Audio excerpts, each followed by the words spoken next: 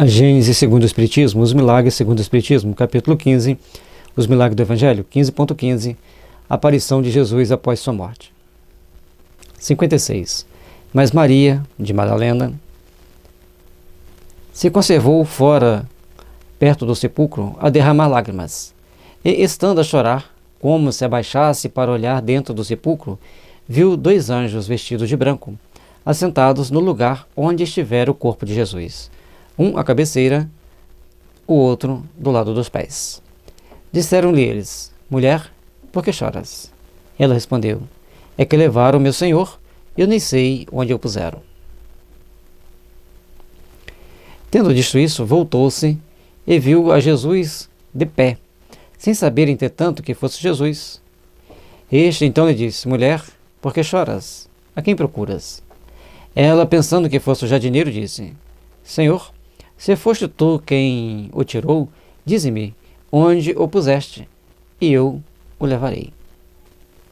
Então aqui a gente está vendo o relato da questão de Maria de Magdala, que está lá, chorando perto do túmulo. Pelo visto, está sozinha lá.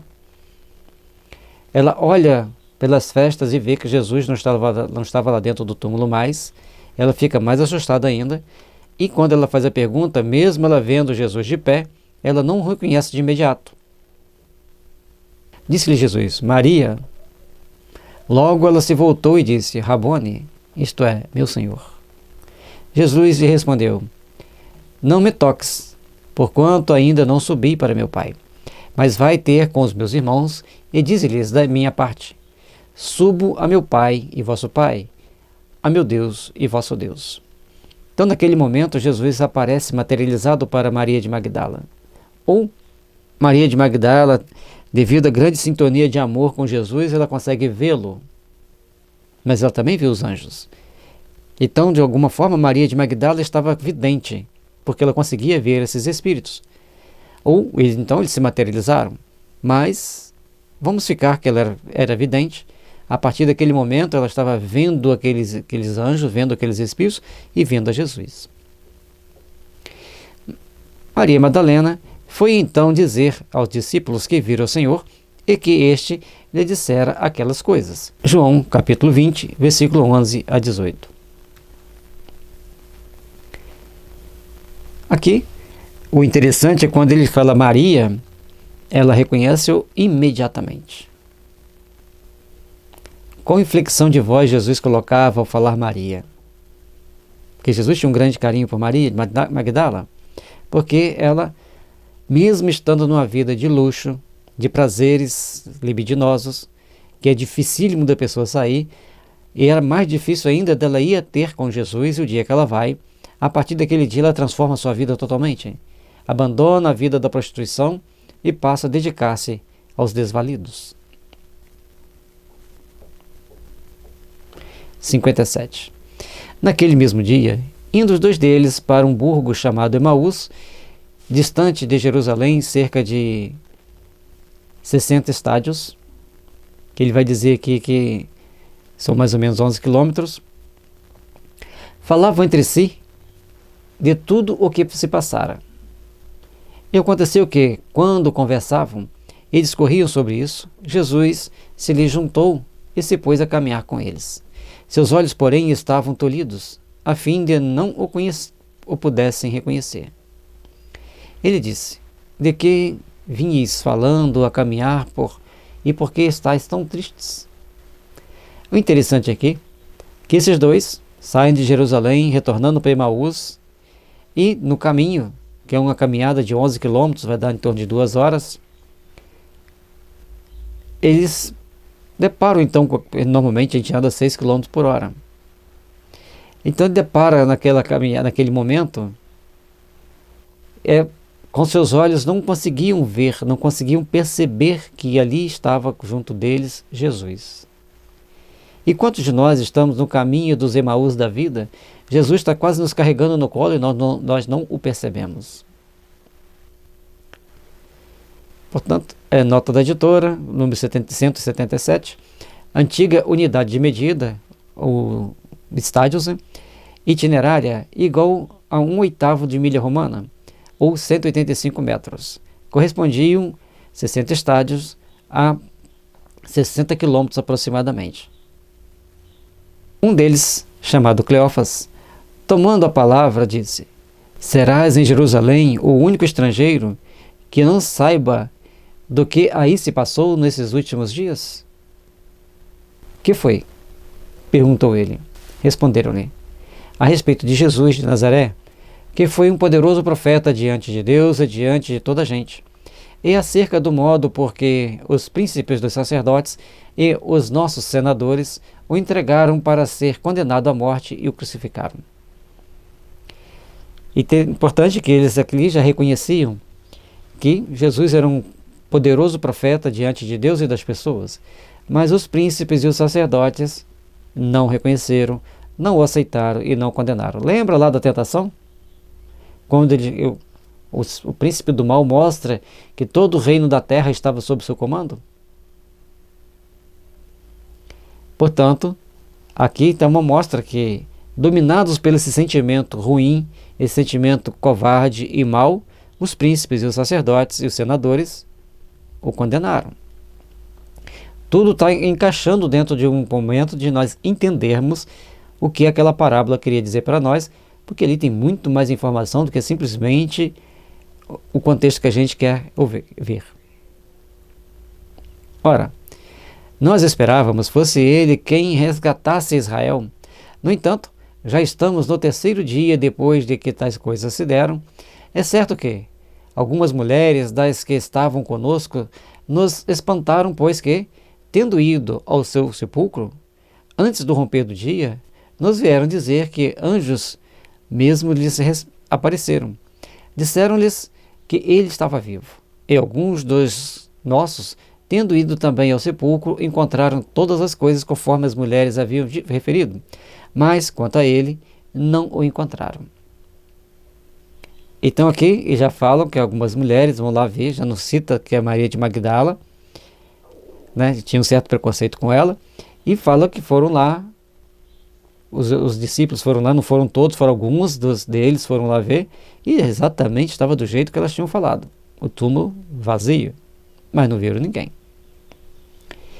Disse-lhes então Jesus: ó insensatos de coração, tardo a crer em tudo o que os profetas han dito. Não era preciso que o Cristo sofresse todas essas coisas e que entrasse assim na sua glória? E a começar de Moisés, passando em seguida por todos os profetas, lhe explicava o que em todas as escrituras fora dito dele. Interessante que nessas praticamente 2 horas de caminhada, ele vai passando, ele faz um resumo de todos os profetas, desde Moisés até o último profeta, mostrando tudo aquilo que estava escrito sobre o Messias. E um detalhe interessante, que aqui só cita o nome do Cleófas, não cita o nome dos outros. Ao aproximarem-se do burgo para onde se dirigiam, ele deu mostras de que ia mais longe. Os dois o obrigaram a deter-se, dizendo-lhe: fica conosco, que já é tarde e o dia está em declínio. Ele entrou com os dois, estando com eles à mesa, tomou o pão, abençoou e lhes deu. Abriram-se-lhes ao mesmo tempo os olhos, e ambos o reconheceram. Ele, porém, lhes desapareceu das vistas. Mas deixou para eles, além dos ensinamentos, aquelas informações maravilhosas que ele passou para aqueles homens simples, mas de grande amor, de grande respeito por Jesus, uma lição imorredoura, para sempre. Ensinamentos valiosíssimos para seus corações, e além do mais, fecha com chave de ouro, abençoando o pão que eles iam comer. Então, disseram um ao outro: não é verdade que o nosso coração ardia dentro de nós, quando ele pelo caminho nos falava, explicando-nos as Escrituras? E erguendo-se, no mesmo instante, voltaram a Jerusalém e viram que os 11 apóstolos e os que continuavam com eles estavam reunidos, e diziam: o Senhor em verdade ressuscitou e apareceu a Simão. Então, também eles narraram o que lhes acontecera em caminho e como tinham reconhecido ao partir o pão.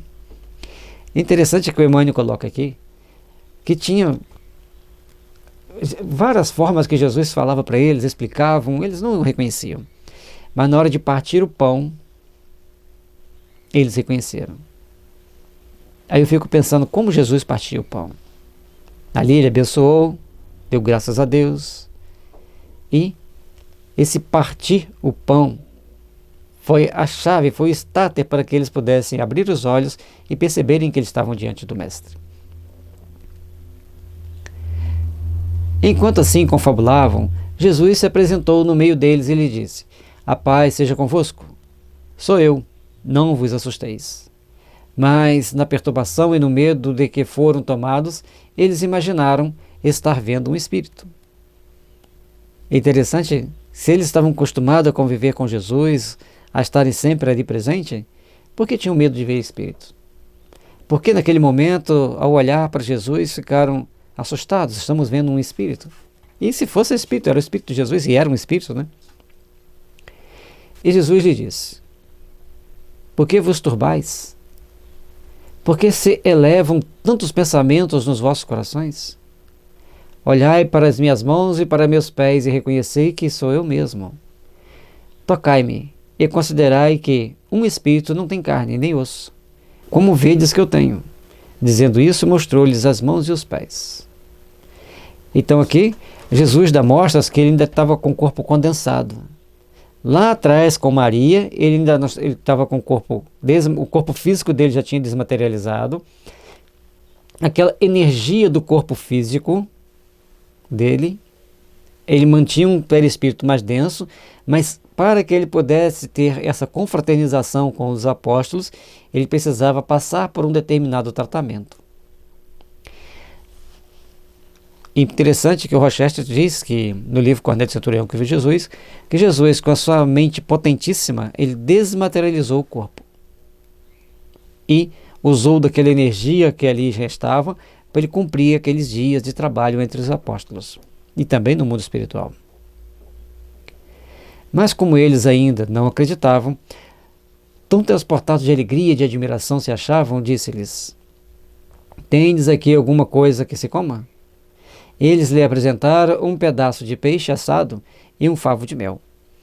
Ele comeu diante deles e, tomando os restos, lhes deu, dizendo: eis que, estando ainda convosco, eu vos dizia que era necessário se cumprisse tudo o que de mim foi escrito na lei de Moisés, nos profetas e nos salmos.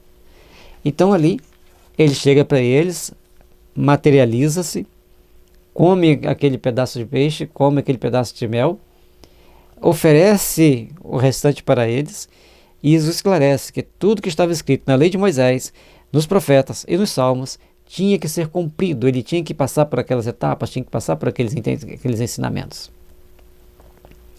Ao mesmo tempo, lhes abriu o Espírito a fim de que entendesse as Escrituras. E lhes disse: é assim que está escrito, e assim era que se fazia necessário sofresse o Cristo e ressuscitasse dentre os mortos ao terceiro dia. E que se pregasse em seu nome a penitência e a remissão dos pecados em todas as nações, a começar por Jerusalém. Jerusalém, Jerusalém, olha a responsabilidade que pesa sobre seus ombros.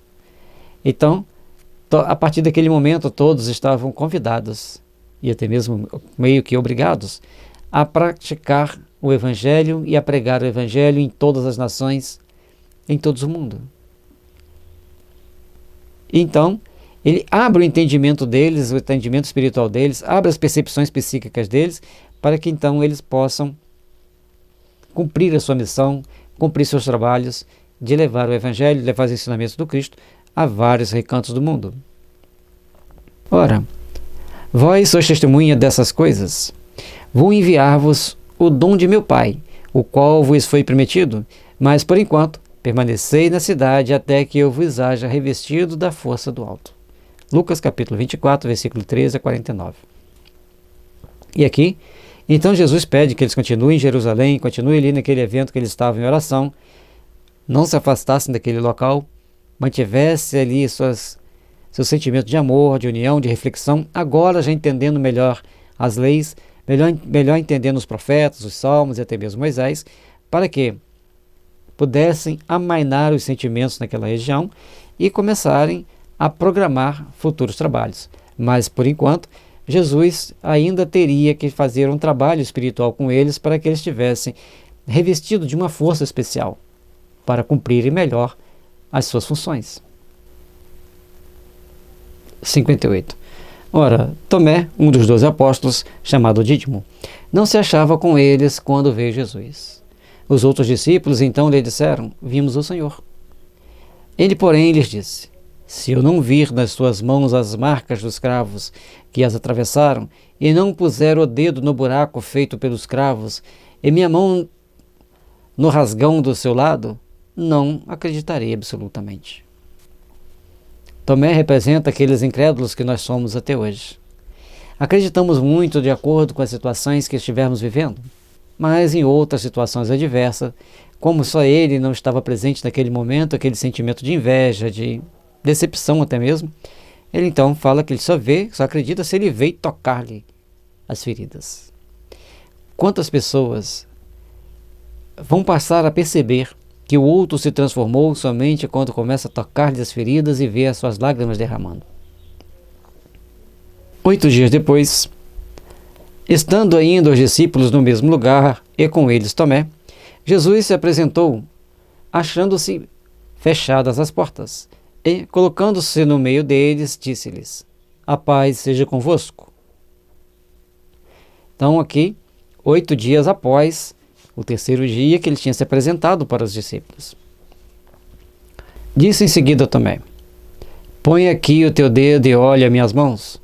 Estende também a tua mão e mete-a ao meu lado, e não sejas incrédulo, mas fiel. Tomé lhe respondeu: meu Senhor e meu Deus. Jesus lhe disse: tu creste, Tomé, porque viste. Ditosos os que creram sem ver. João capítulo 20, versículo 24 a 29. E logicamente aqui tem muitas informações.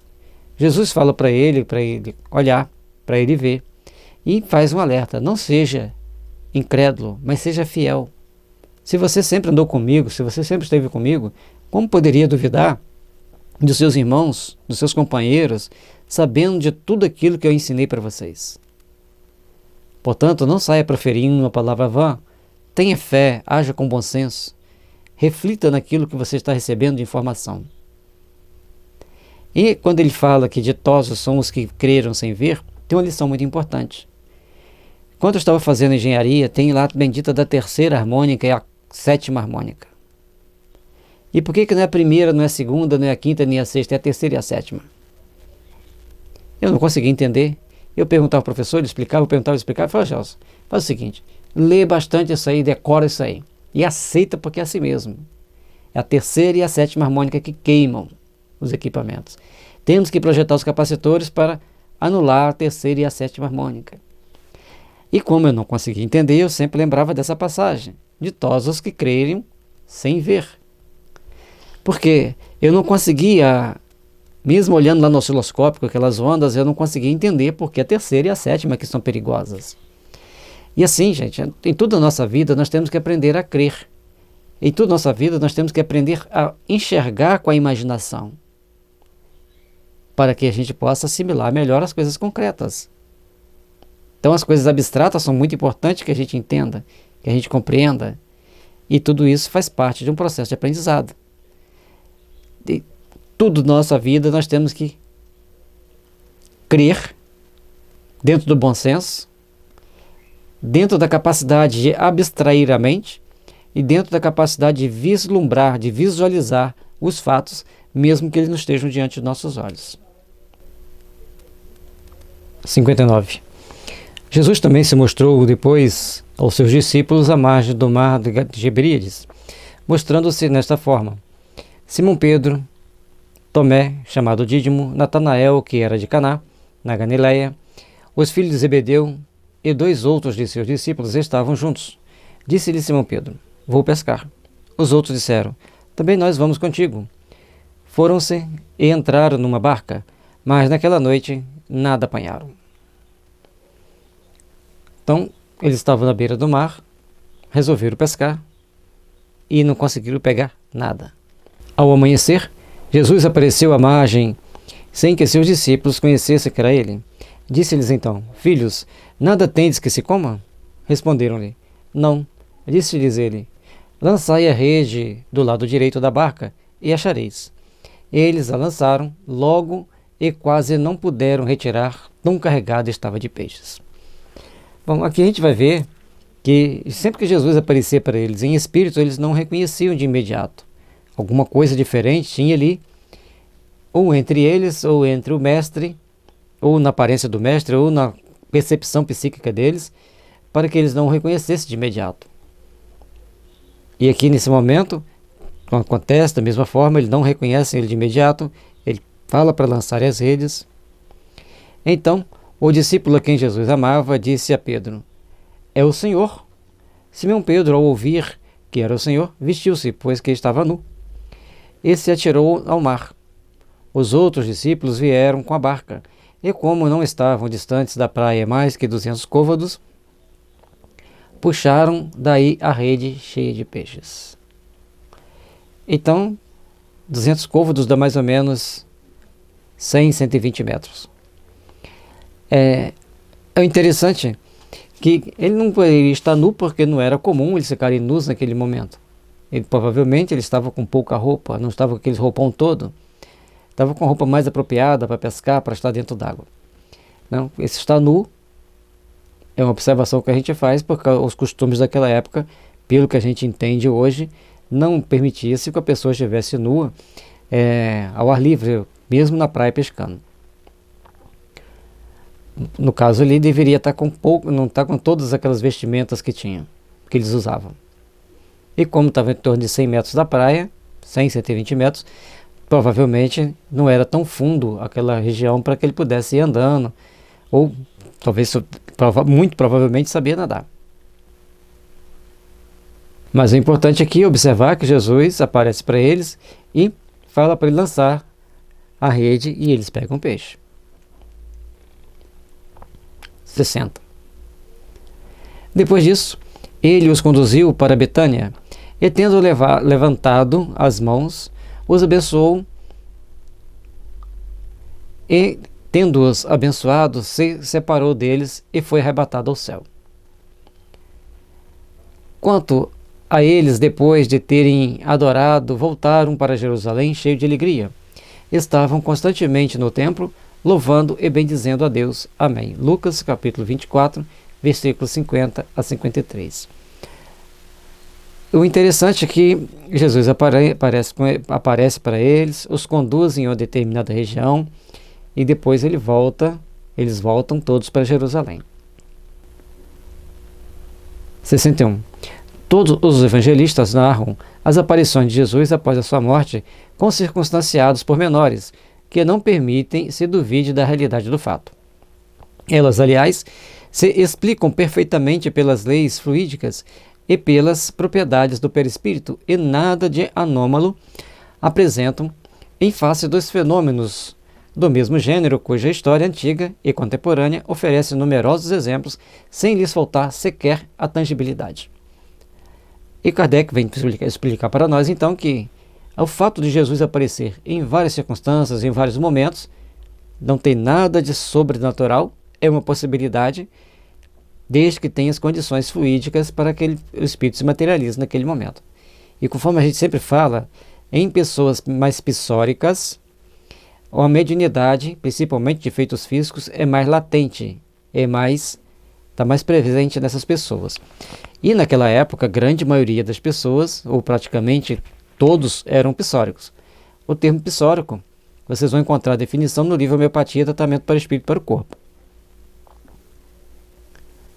Se notarmos as circunstâncias em que se deram as suas diversas aparições, nele reconheceremos, em tais ocasiões, todos os caracteres de um ser fluídico.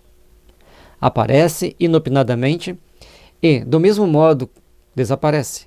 Uns o veem, outros não, sob a aparência que não o tornam reconhecível, nem sequer dos seus discípulos. Mostra-se em recintos fechados, onde o corpo carnal não poderia penetrar. Na sua própria linguagem, carece de vivacidade de um ser corpóreo. Assim, eles Ele se apresenta em várias situações, em vários locais, com as características próprias de um espírito materializado, e também com a particularidade de não ser visto por todos. Alguns veem, outros não veem.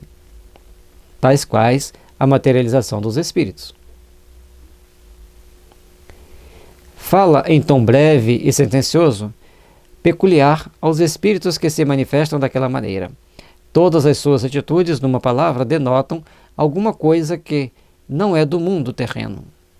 Sua presença causa simultaneamente surpresa e medo. Ao vê-lo, seus discípulos não lhe falam com a mesma liberdade de antes, sentem que já não é um homem. Portanto, nesses momentos, enquanto Jesus apresenta para eles, se materializa e chega diante deles, eles primeiro, nem sempre eles reconhecem ele de imediato, e a forma com que eles se dirigem a ele de uma forma muito mais respeitosa e muito mais cautelosa também, né? Não é com aquela mesma liberdade de antes, não fazem aquelas mesmas perguntas de antes. E o tempo de aparição é pequeno. Jesus, portanto, se mostrou com o seu corpo perispirítico, o que explica que só tenha sido visto pelos que ele quis que o vissem. Se estivesse com o seu corpo carnal, todos o viriam, como quando estava vivo. Ignorando a causa ordinária do fenômeno das aparições, seus discípulos não se apercebiam dessas particularidades, a que provavelmente não davam atenção. Desde que o viam o Senhor e o tocavam, haviam de achar que aquele era seu corpo ressuscitado. Capítulo 14, itens 14 e 35 a 38. Portanto, como ele estava materializado, eles acreditavam que era o corpo de Jesus que tinha ressuscitado. Mas, conforme a gente vai vendo em todas as outras passagens das suas aparições, ele não tem um corpo físico. Ele aparece e desaparece. Ele está entre eles, depois sai. Sem deixar nenhum rastro, sem precisar de abrir porta, sem nada. 62. Ao passo que a incredulidade rejeita todos os fatos que Jesus produziu por terem uma aparência sobrenatural e os considera, sem exceção, lendários, o Espiritismo dá explicação natural à maior parte desses fatos. Prova a possibilidade deles, não só pela teoria das leis fluídicas, como pela identidade que apresentam com análogos fatos produzidos por uma imensidade de pessoas nas mais vulgares condições. Por serem, de certo modo, tais fatos do domínio público, eles nada provam, em princípio, com relação à natureza excepcional de Jesus.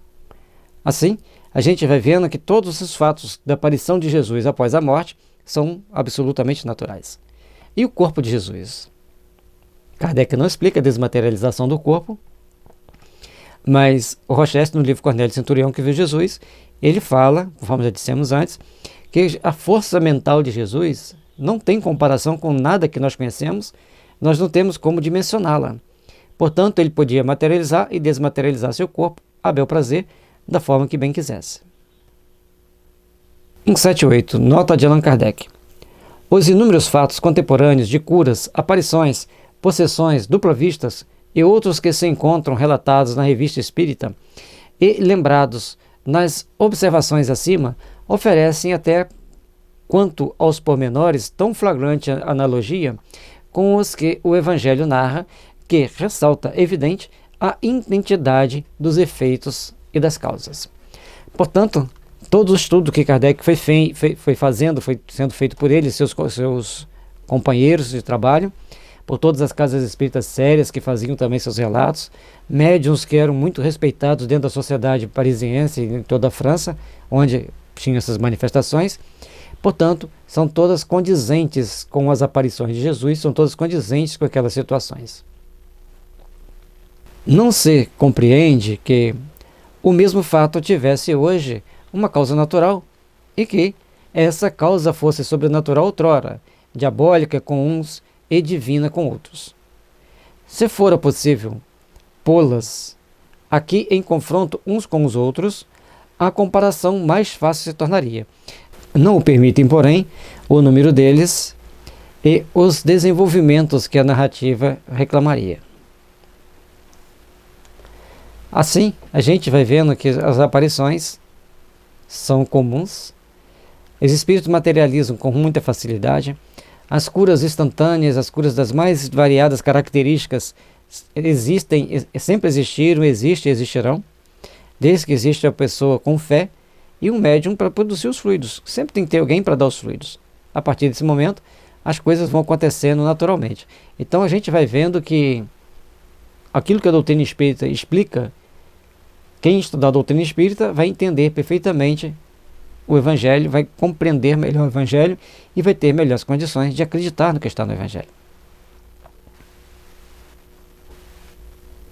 63. O maior milagre que Jesus operou, o que verdadeiramente atesta a sua superioridade, foi a revolução que seus ensinamentos produziram no mundo, malgrado a exiguidade dos seus meios de ação. Então, a revolução que Jesus produziu no mundo foi o maior milagre de todos, foi a maior transformação que todos nós passamos. Por quê? Vejamos. Com efeito, Jesus, obscuro, pobre, nascido na mais humilde condição, no seio de um povo pequenino, quase ignorado e sem preponderância política, artística ou literária, apenas durante 3 anos prega a sua doutrina.